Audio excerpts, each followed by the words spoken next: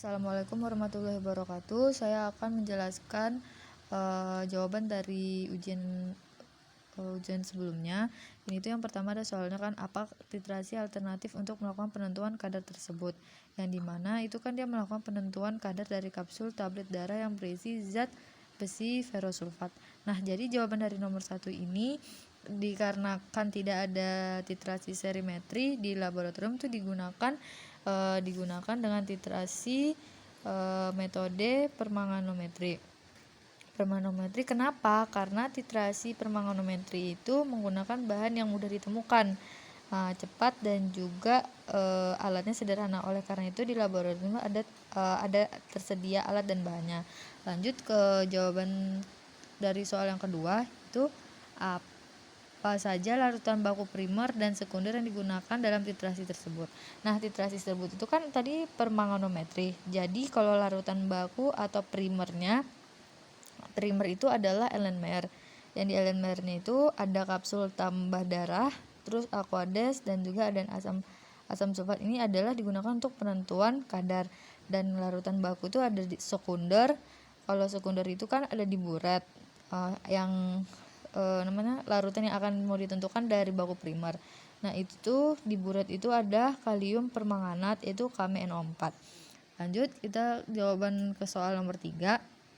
Setelah diketahui titrasi alternatif tersebut, Anda perlu melakukan pembuatan larutan tersebut yang diketahui reaksinya sebagai berikut. Ini ada di bawah ini. Terus kita akan menjawab nomor 3. Jelaskan perhitungan pembuatan larutan baku tersebut dengan konsentrasi 0,1 N dalam 500 mili. Nah, ini jawaban nomor 3 itu ada kita cari yang sudah diketahui itu kan ada molaritas KMnO4 0,1, normalitas MR dari KMnO4 ini adalah 158 gram per mol, volume 500 mili. Jadi carinya adalah M sama dengan gram per MR kali 1000 F. Jadi 0,1 gram per 158 dikali 1000 per volumenya tadi 500. Jadi dibagi-bagi jadi dapat 2. Sehingga jadi kan ini dipindahin ruas, jadi gram sama dengan 115,8 per 2 sama dengan 7,9 gram. Nah, ini tuh diambil dari KMnO4 nya terus di add sama 500 ml air.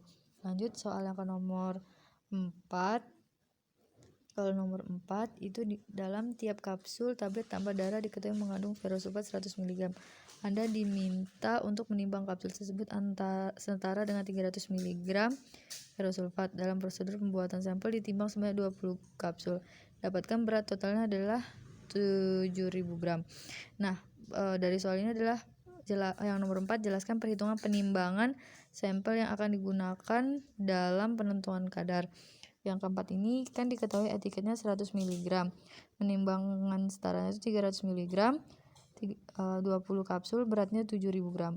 Yang ditanya penimbangan sampel, jawabannya adalah yang ditimbang dengan rumus 300 mg per kadar pada etiket mg miligram kali berat rata-rata gram. Jadi kita masukin aja sesuai rumus 300 mg 100 mg dikali 7000 gram sama dengan 2100 gram.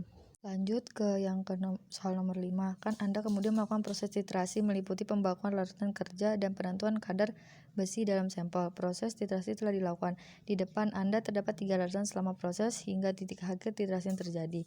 Nah, dari 5 sebutkan dan beri keterangan apa saja 3 larutan yang ada di depan Anda. Nah, yang kalau saya jawab itu tadi lihat ada larutan bening. Larutan bening itu larutan pembakuan atau penentuan kadar. Sebenarnya penentuan kadar itu warnanya merah karena dari kapsul tambah darahnya. Terus karena kenapa dia bening? Karena dia belum dilakukan titrasi. Terus larutan pink itu adalah larutan atau pembakuan atau penentuan kadar yang hampir mendekati TAT atau titik ekuivalen. Terus kalau larutan pink pekat itu larutan pembakuan atau penentuan kadar warna merah seharusnya yang telah mencapai titik akhir titrasi. Lanjut yang ke soal nomor 6. Peristiwa apa yang terjadi pada pembakuan larutan tersebut? Nah, kalau pembakuan larutan tersebut itu kan dia asam oksalat sama air langsung dititrasi sama KMnO4 atau kalium permanganat akan terjadi warna bening atau jernih sampai menjadi warna pink. Terus itu tuh akan terjadi oksidasi sama reduksi, yang dimana oksidasi itu H2C2O4 akan menghasilkan CO2 plus H2O. Reduksinya adalah MnO4 jadi Mn2+. Jadi reaksi reduksinya itu adalah 5H2C2O4 plus 2MnO4 minus tambah 6H plus yang menghasilkan 2Mn2 plus 10 CO2 tambah 4H2. Ini dalam suasana asam. Lanjut yang ke nomor 7. Peristiwa apa yang terjadi pada penentuan kadar zat besi dalam sampel. Nah, peristiwanya ini kan akan terjadi di mana kalau penentuan kadar zat itu dari tablet ditambah darah, air, dan asam sulfat diterasi dengan K-4 akan menjadi warna bening sampai warna pink. Nah, di mana ini oksidasi itu Fe2+ menjadi Fe3+, reduksinya adalah MnO4- menjadi Mn3+, sehingga reaksi redoksnya yang dihasilkan adalah MnO4- tambah 5Fe2+ tambah 8H+ menjadi Ma2+ tambah 5Fe3+ menjadi plus ditambah dengan 4H2O dalam suasana asam. Lanjut, ini ada yang ke soal ke-8. Didapatkan saat pembakuan larutan, konsentrasi larutan baku sekunder didapatkan 0,099 normalitas. Nah, diketahui data volume baku sekunder yang digunakan hingga titik akhir titrasi dengan sampel tambah darah adalah 10,9, 10,8, 10,9 mili. BM dari ferrosulfat adalah 278,02 atau BE-nya 1. Nah, soalnya adalah berapa persen kadar zat besi tersebut dalam sampel. Nah, ini nih jawabannya kan kita hitung pakai ferrosulfat dalam sampel. Itu ada FKMnO4, MrKMnO4, Be ferrosulfat.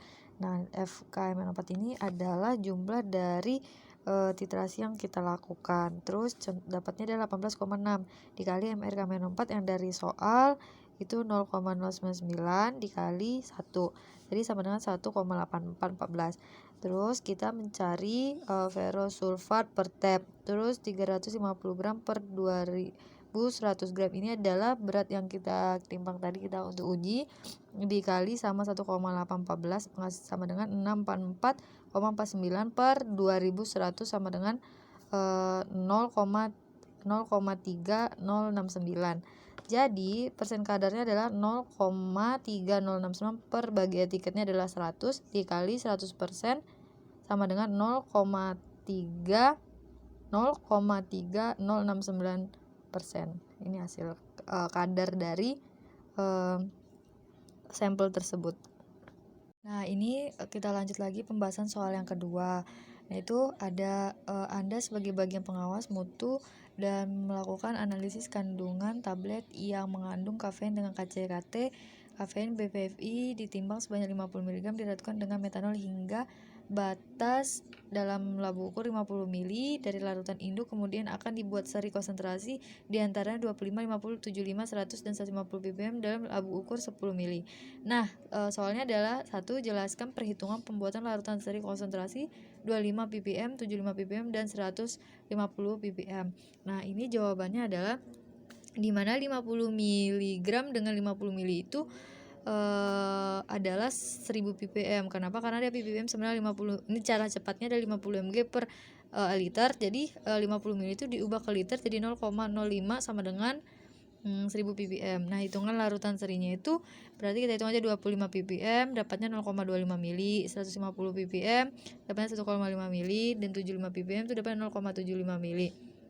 Jika kalau kita encerkan lagi, kalau jadi 100 contohnya M1 nya 100, jadi ini 25 ppm jadi 2,5 mili, kalau 75 ppm jadi 7,5 mili, dan 150 ppm di 15 mili. Lanjut yang ke soal kedua adalah larutan tersebut dilakukan analisis dengan KCKT dengan kondisi fase gerak metanol aqua pro injeksi dengan perbandingan 20:80. Kolom yang digunakan adalah C18 dengan panjang gelombang yang digunakan 27576 nm dan dilakukan selama 10 menit 1 kali running. Gambar di bawah merupakan salah satu kromatogram analisis dengan KCKT. Ini. Nah, soalnya adalah data apa saja yang digunakan dari kromatogram tersebut. Nah, kalau dari jawaban saya itu dari kromatogram itu adalah analisis dengan KCKT tersebut didapatkan data yaitu kayak retensi waktu, area, gelombang yang akan digunakan untuk membuat grafik kurva yaitu regresi Y sama dengan BX tambah A. Dan yang dimana sumbu X-nya itu adalah mewakili waktu retensi atau retensi time, dan kalau sumbu Y itu untuk absorpsi unit. Dan puncak yang menunjukkan kalau adanya puncak ini, ada puncaknya di sini berarti adanya analit yang terdeteksi. Lanjut, soal yang selanjutnya adalah kemudian dilakukan preparasi sampel sesuai prosedur yaitu sebanyak 20 tablet dengan gerus hingga halus didapatkan berat total 12 gram. Total tersebut dilakukan seimbang dengan kafein 50 mg. Serbuk sampel tersebut ditambahkan 30 ml larutan fase gerak dan dengan kafein 50 mg. Serbuk sampel tersebut ditambahkan 30 ml larutan fase gerak dan diaduk menggunakan magnetic stirrer selama 15 menit dalam kondisi tertutup lalu disaring. Larutan diancarkan ke dalam labu ukur 50 ml menggunakan larutan fase gerak hingga tanda batas. Larutan diambil sebanyak 1 ml dilarutkan dengan fase gerak hingga 25 ml. Sampel dilakukan pengujian dengan 3 kali replikasi. Yang ketiga, berapa berat yang ditimbang dari serbuk sampel yang digunakan untuk analisis. Kalau jawaban saya itu yang ditimbang adalah 12 gram terus per 20 kali 50 mg dikali 50 dan berat yang ditimbang dapatnya 0,6 gram. Lanjut, kenapa sih dapat 12 gram? Itu kan dapat dari soal. 12 gram dari soal, 20 itu kan berat 20 tabletnya dikali sama 50 mg. Itu adalah setara dengan 50 mg yang ada di soal. Dan itu hasilnya nanti jadi 0,6 gram. Terus soal yang keempat, itu berapa konsentrasi larutan dari sampel yang digunakan untuk analisis? Itu konsentrasinya di mana 0,6 gram per 50 ml dikali 1 juta 25. Kenapa 1 juta? Karena dia akan diubah ke mikrogram atau ppm. Jadi sama dengan 480 mikrogram mili atau 480 ppm. Lanjut yang kelima, hasil pengujian didapatkan bersama regresi dari standar yaitu Y1698X tambah 16,889 dan area rata-ratanya yaitu adalah 67,940. Yang soalnya adalah berapa persen kadar kafein dalam sampel sebenarnya. Dalam etiket mengandung 50 mg kafein. Soalnya itu adalah ya kita kita tulis dulu ulang lagi regresinya, terus masukkan Y ini adalah absorpsi sampel, udah kita masukin semua, kita hitung. Jadi konsentrasinya dapat 40,002. Terus kadar mcg itu ini itu dalam bentuk mikrogram per gram. Itu ada konsentrasi ppm dikali fp dikali volume per mili per berat kafein miligram dikali 100. Jadi 40 konsentrasi tadi kan 40,002 dikali sama volume pengencernya kan 25 dan volumenya itu butuh 50. Jadi per 0,6 gram berat kafeinnya. Jadi sama dengan 83,33 mikrogram per gram. Jadi persen kadarnya itu adalah 83,33 dikali 100% per 1 juta sama dengan 0,083%.